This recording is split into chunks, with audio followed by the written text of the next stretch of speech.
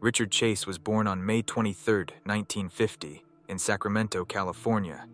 From the very beginning, his life was marked by instability and darkness. Raised in a turbulent household, Richard's early years were marred by his parents' constant arguments and his father's severe disciplinary methods. As a child, Richard exhibited troubling behaviors that hinted at deeper psychological issues.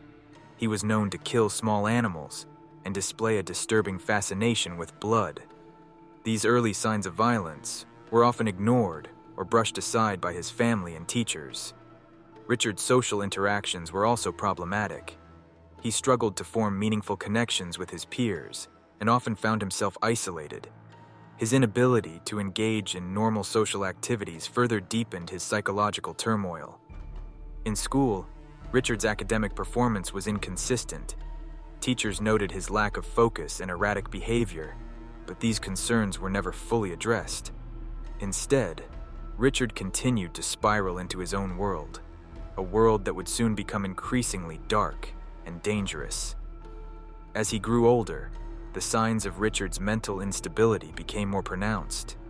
He began to exhibit symptoms of paranoid schizophrenia, believing that his blood was turning to powder and that he needed to consume the blood of animals to survive. These delusions were a chilling precursor to the horrific acts he would later commit. Richard Chase's troubled childhood set the stage for his descent into madness. The early signs of violence, the lack of emotional support, and the untreated psychological issues all contributed to the making of a monster. As we delve deeper into his life, we will uncover the full extent of his terrifying transformation. As Richard Chase transitioned from childhood to adolescence, the seeds of his mental illness began to take root. His teenage years were a period of growing isolation and escalating delusions. It was during this time that the first signs of paranoid schizophrenia emerged, casting a long, dark shadow over his life. Richard's delusions were bizarre and terrifying. He became convinced that his blood was gradually turning into powder, a belief that consumed his thoughts and actions. In a desperate attempt to counteract this imagined affliction, he started drinking the blood of animals, believing it would replenish his own. This macabre obsession grew stronger with each passing day, pushing him further from reality. His behavior became increasingly erratic. Richard's paranoia led him to believe that everyone around him was plotting against him. He isolated himself, retreating into a world where his delusions reigned supreme. Friends and family noticed his descent, but their concerns were often dismissed or misunderstood. The lack of proper medical intervention only allowed his condition to worsen. In his early adulthood, Richard's mental state continued to deteriorate. He moved in and out of psychiatric hospitals, but the treatments he received were insufficient. The hallucinations and delusions persisted, driving him to more extreme measures. He began to believe that he needed to consume the blood of animals to survive, a belief that would soon escalate into something far more sinister. The onset of schizophrenia marked a turning point in Richard Chase's life. His inability to distinguish reality from delusion set the stage for the horrific acts he would later commit. As we delve deeper into his story, we will see how these early signs of mental illness spiraled into a full-blown descent into madness. Stay with us as we uncover the chilling transformation of Richard Chase, a journey that reveals the terrifying power of untreated mental illness and the dark path it can lead to. As Richard Chase's schizophrenia took hold, his actions became increasingly disturbing and violent. The making of a monster. Chase's first crimes delves into the dark transformation that marked the beginning of his reign of terror. Chase's early criminal behavior started with small animals. He would capture rabbits, birds, and neighborhood pets, subjecting them to horrific acts of cruelty. In his delusional mind, he believed that consuming their blood would prevent his own from turning to powder. These brutal killings were not mere acts of violence.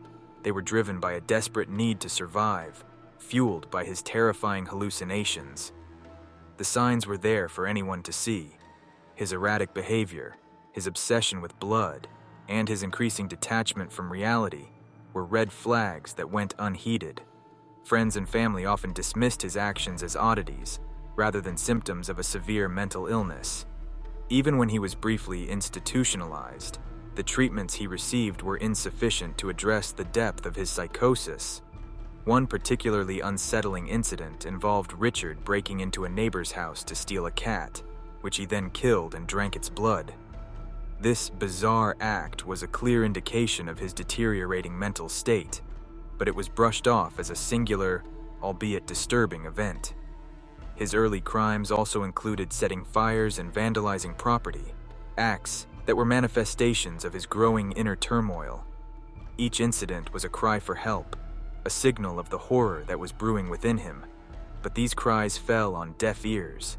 As we move forward in this story, it becomes evident that these early warning signs were not just ignored, they were misunderstood. The lack of proper intervention and the failure to recognize the severity of his condition allowed Richard Chase to slip further into madness. Stay with us as we continue to unravel the dark journey of Richard Chase, exploring how his untreated mental illness and early criminal acts set the stage for the horrific events that would follow. As Richard Chase's mental illness spiraled out of control, his violent tendencies escalated from animals to humans, marking the beginning of a terrifying killing spree that would leave Sacramento in a state of shock and horror. Chase's first human murder occurred on December 29, 1977. His victim was Ambrose Griffin, a 51-year-old engineer and father of two. Griffin was simply unloading groceries from his car when Chase drove by and shot him in a random act of violence. This senseless killing was just the beginning of Chase's horrific journey into madness. On January 23, 1978, Chase's bloodlust intensified. He broke into the home of Teresa Wallen, a 3 months pregnant woman. In a grotesque and horrifying act, Chase shot her 3 times before mutilating her body and drinking her blood. This brutal murder was a stark indication of his growing obsession with consuming human blood, a delusion driven by his severe paranoid schizophrenia. Just 4 days later, on January 27, 1978, Chase's killing spree reached a new level of depravity. He entered the home of Evelyn Miroth, where he murdered her 6-year-old son Jason, her 22-month-old nephew David, and her friend Dan Meredith. The crime scene was a gruesome display of Chase's deranged mind. He had not only killed, but also engaged in necrophilia and cannibalism. The sheer brutality and bizarre nature of these murders earned him the chilling nickname, the Vampire of Sacramento. Chase's actions were not just random acts of violence. They were driven by a delusional belief that he needed to drink blood to prevent his own from turning to powder. His twisted logic and severe mental illness created a perfect storm of horror that left an indelible mark on the community. Each of his victims was chosen at random, their lives cut short by a man whose mind was consumed by terrifying hallucinations and delusions. The randomness of his attacks made the entire city live in fear, unsure of where or when the Vampire of Sacramento would strike next. As we move into the next chapter of this harrowing story, we will explore the final days of Richard Chase's reign of terror and how he was eventually apprehended. Stay with us as we delve deeper into the dark and twisted mind of one of America's most notorious serial killers. To truly understand the horrific actions of Richard Chase, we must delve into the labyrinth of his mind, a place dominated by severe mental illness and terrifying delusions. Paranoid schizophrenia, the mental disorder that plagued Chase, is characterized by delusions, hallucinations, and disordered thinking. In Chase's case, these symptoms manifested in the most disturbing ways imaginable. Dr. Michael Stone, a forensic psychiatrist, explains that Chase's belief that his blood was turning to powder is a classic example of a somatic delusion, a false belief about the body. This delusion drove him to commit heinous acts in an attempt to replenish his blood by consuming that of others. This desperate need to drink blood wasn't a mere compulsion, it was a life-or-death necessity in his deluded mind. Chase's schizophrenia also fueled his paranoia. He believed that his organs were gradually disappearing and that his heart would stop beating unless he ingested fresh blood. This paranoia, combined with his inability to distinguish reality from his delusions, set the stage for his violent behavior. Studies on serial killers with severe mental illnesses, such as the research conducted by Dr. Robert Hare, suggest that individuals like Chase often operate under the influence of their distorted perceptions, making them unpredictable and extremely dangerous. The disorganized thinking typical of schizophrenia meant that Chase's actions lacked any logical sequence or planning. His crimes were impulsive, driven by his immediate needs and delusions. This impulsivity made him even more frightening, as there was no pattern or predictability to his attacks. Furthermore, Chase's lack of empathy and emotional detachment are hallmark traits associated with certain psychopathic tendencies. While not all individuals with schizophrenia exhibit these traits, Chase's unique combination of psychopathy and severe mental illness made him a uniquely dangerous individual. His actions were not just about survival, they were also about exerting control and dominance over his victims. In examining Chase's psychological profile, it's clear that his mental illness didn't just influence his behavior, it dictated it. His violent acts were a direct manifestation of his internal chaos, a terrifying glimpse into a mind at war with itself. Understanding this connection between mental illness and violence is crucial, not only for comprehending Chase's actions, but also for preventing similar tragedies in the future.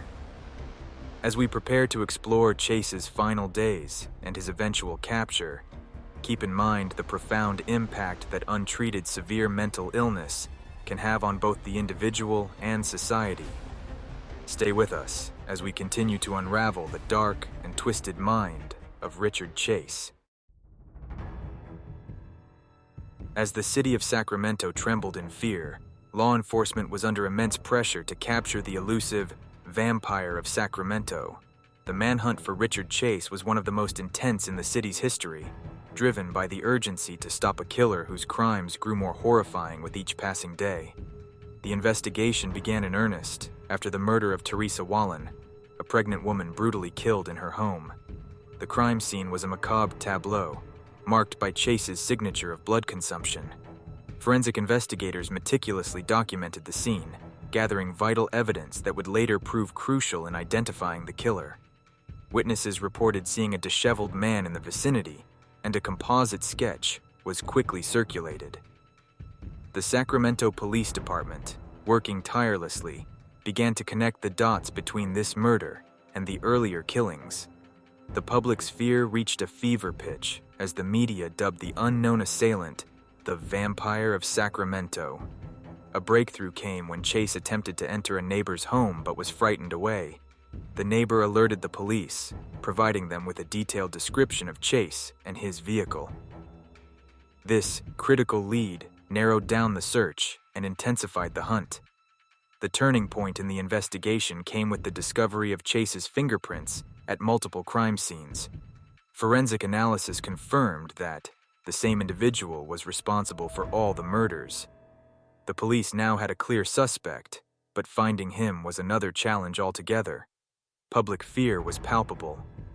People double-checked their locks, avoided going out at night, and lived in a state of constant vigilance. The sense of dread was pervasive, as the vampire could strike at any moment. Finally, on January 27, 1978, the police received a tip from a former acquaintance of Chase, who had grown suspicious of his erratic behavior and disturbing conversations about blood. Acting on this tip, the police descended on Chase's apartment, where they found overwhelming evidence linking him to the murders, including blood-stained utensils and newspaper clippings about the crimes. The arrest was a relief to the entire city. Richard Chase, the Vampire of Sacramento, had been captured, bringing an end to his reign of terror. The case was a testament to the relentless efforts of law enforcement and the power of forensic science in bringing a dangerous individual to justice. Stay with us as we delve into the next chapter of Richard Chase's story, his descent into madness and the chilling legacy he left behind. The arrest of Richard Chase brought a wave of relief to Sacramento, but the horrors of his crimes were far from over. The trial of the Vampire of Sacramento would become one of the most chilling courtroom dramas in American history. Chase was charged with 6 counts of first-degree murder, and the prosecution sought the death penalty. The courtroom was packed with the families of the victims, members of the press, and a public eager to see justice served. The defense argued that Chase was not guilty by reason of insanity. They presented a harrowing account of his severe paranoid schizophrenia, detailing his delusions and hallucinations. Expert witnesses testified about his belief that his blood was turning to powder and his conviction that he needed to consume the blood of others to survive. The prosecution, however, painted a different picture. They argued that Chase knew right from wrong and was aware of his actions. They emphasized the premeditated nature of his crimes, showing how he meticulously planned his attacks and took steps to avoid capture. The victims' families sat through the testimony with a mix of grief and anger. Their pain was palpable as they listened to the gruesome details of how their loved ones were murdered in cold blood. The defense's argument of insanity offered little solace to those who had lost so much. The jury faced a daunting task. They had to decide whether Chase's mental illness absolved him of responsibility for his actions, or if he should be held fully accountable for his heinous crimes. After days of deliberation, the verdict was finally reached. Richard Chase was found guilty on all counts of first-degree murder. Despite the defense's arguments, the jury concluded that he was aware of his actions and should face the consequences. He was sentenced to death, a decision that brought a sense of closure to the victims' families and the community. The trial of Richard Chase was a stark reminder of the thin line between mental illness and criminal responsibility. It highlighted the complexities of the insanity defense and the profound impact of violent crime on victims and their loved ones. As we move into the next chapter, we will explore the chilling legacy Richard Chase left behind and how his descent into madness serves as a haunting reminder of the darkness that can lurk within the human mind. Stay with us. After being sentenced to death, Richard Chase was transferred to death row in San Quentin State Prison.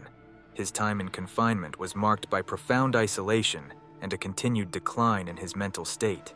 The guards and fellow inmates were acutely aware of his disturbing reputation as the Vampire of Sacramento, which only added to the tense atmosphere surrounding him. Chase's severe paranoid schizophrenia persisted, and he remained trapped in his delusions. He continued to believe that his blood was turning to powder, and that he needed to consume the blood of others to survive. These delusions made his time in prison a living nightmare, both for him and those around him. Interactions with other inmates were minimal, as many steered clear of the man whose crimes had shocked the nation. However, those who did come into contact with him reported that he was often incoherent and deeply disturbed. His mental health deteriorated further, and despite being given medication, there was little improvement. The weight of his actions and the reality of his situation seemed to bear down on Chase. On December 26, 1980, just 2 years after his conviction, Richard Chase took his own life by overdosing on prescribed medication. He was found dead in his cell, bringing a tragic end to a life marked by unimaginable horror and madness. Chase's death left many questions unanswered, but it also brought a sense of closure to the families of his victims and the community of Sacramento. The story of Richard Chase serves as a haunting reminder of the devastating impact of untreated mental illness and the dark depths to which the human mind can descend. As we reflect on the life and crimes of Richard Chase, we are reminded of the importance of mental health awareness and the need for early intervention to prevent such tragedies. The legacy of Richard Chase is one of horror, but it is also a call to action to better understand and address the complexities of mental illness. Stay with us as we continue to delve into the chilling world of true crime and explore the stories that shock and captivate us. Subscribe to our channel for more in-depth analyses and haunting tales. The case of Richard Chase, the Vampire of Sacramento, has left an indelible mark on the field of criminal psychology and the profiling of mentally ill serial killers.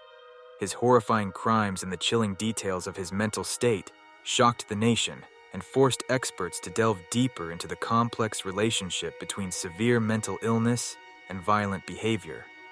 Chase's case became a pivotal point for forensic psychiatry, highlighting the urgent need for better understanding and treatment of paranoid schizophrenia and other severe mental disorders. His actions were not merely the result of criminal intent, but were deeply intertwined with his untreated mental illness, prompting a reevaluation of how such cases are approached both legally and medically. Law enforcement agencies began to recognize the importance of psychological profiling in apprehending serial killers, particularly those with severe mental health issues. The FBI's Behavioral Science Unit, which was in its formative years during Chase's killing spree, took note of his case, using it as a study to improve their profiling techniques.